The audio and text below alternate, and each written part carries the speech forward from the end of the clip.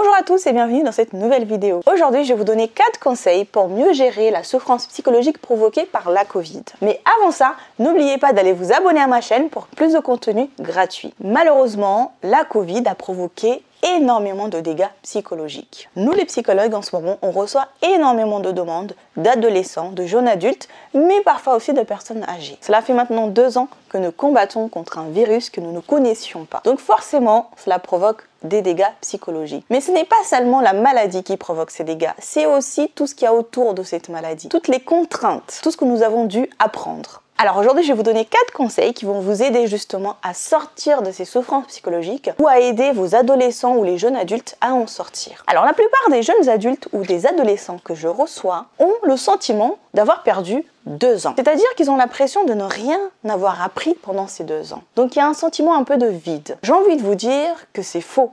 Parce qu'on a appris énormément de choses pendant ces 2 ans. On a appris à porter le masque, on a appris à respecter énormément de contraintes. Donc ne vous inquiétez pas, vous avez appris des choses. Vous n'avez pas à rattraper le temps. Deuxième conseil, je reçois aussi des personnes qui me disent « Mais ça sert à quoi? Ça sert à quoi de vivre maintenant si c'est pour avoir toujours peur d'un virus? Si c'est pour avoir toujours peur d'aller voir sa grand-mère? Si c'est pour avoir peur de prendre quelqu'un dans les bras ?» Je comprends. Il y a une perte de sens. Il y a une perte de volonté de vivre. C'est compréhensible. Mais n'oublions pas que nous sommes sans cesse en changement. Effectivement, nous sommes en pleine crise sanitaire. Mais cela ne veut pas dire que dans 1 an, dans 2 ans, les choses ne vont pas s'améliorer. Donc soyons plutôt dans le changement et acceptons qu'effectivement en ce moment c'est difficile, mais les choses vont s'améliorer. Nous sommes tout le temps en changement. Donc ça ira mieux. Troisièmement, je reçois beaucoup de personnes qui me disent « c'est injuste ». Ils ont le sentiment de vivre dans une injustice. C'est compréhensible. Effectivement, on a énormément de règles qui sont parfois contradictoires, mais n'oublions pas, la Covid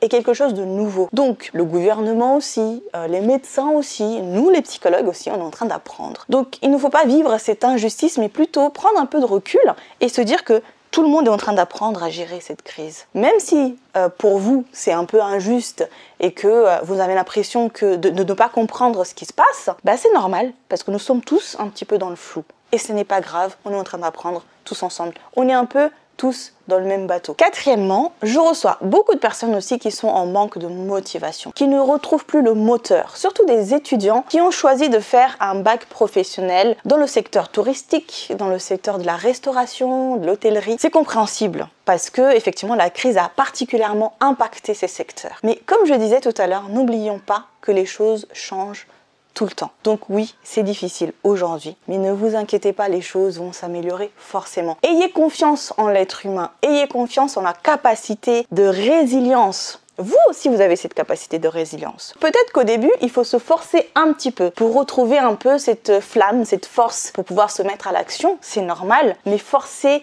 un tout petit peu chaque jour, faites quelque chose pour pas tomber dans cet état dépressif. Voilà, c'était les 4 conseils qui vont permettre peut-être de vous sentir un petit peu mieux, même si le contexte est difficile. Là, l'été va arriver, profitez du soleil, sortez, souriez, les choses vont s'améliorer. N'hésitez pas à liker, commenter et puis à actionner la petite cloche pour avoir les notifications de mes vidéos. Et prenez bien soin de vous et je vous dis à très bientôt.